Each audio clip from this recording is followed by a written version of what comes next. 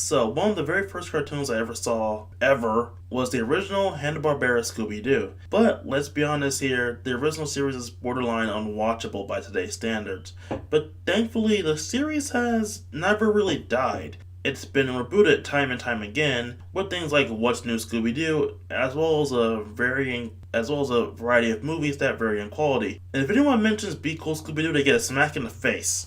But my favorite incarnation of this particular franchise was the 2010 series Scooby-Doo Mystery Incorporated. The basic plot is as simple as it gets for Scooby-Doo. Scooby and the gang investigating various mysteries around their hometown of Crystal Cove.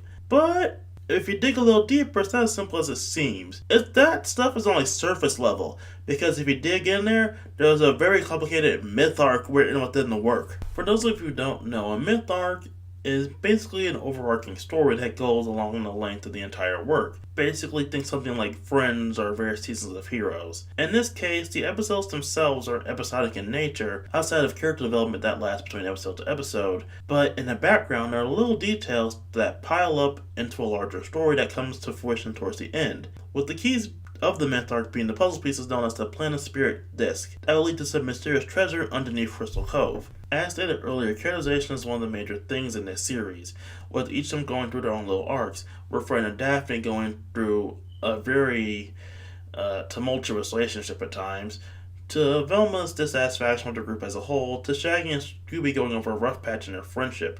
Pretty much everyone gets their own episodes and parts where they get to show off their respective skills and be awesome and save the day. Another thing that this series is filled with the references to past reboots, some concept stuff, and some other Hanna-Barbera works.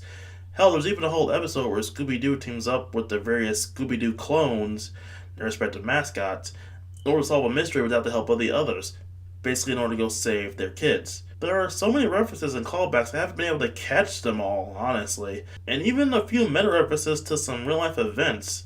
It's really, really bizarre and awesome. Hell, the series even tries to explain why Scooby-Doo can talk in the first place. It's, again, very bizarre but awesome. Overall, I can't recommend this series enough. With great animation, a great story, and plenty of great character moments, this is probably the best Scooby-Doo material we've had to date. If I do have any minor complaint, it'll be the series is really short, only lasting 2 seasons before finishing its run. However, I feel it used every episode perfectly, has perfect pacing, and even a perfectly ended, and even put a reference in at the end, so that's just another thing. So if you're a fan of Scooby-Doo, I highly recommend that you check this one out if you haven't already.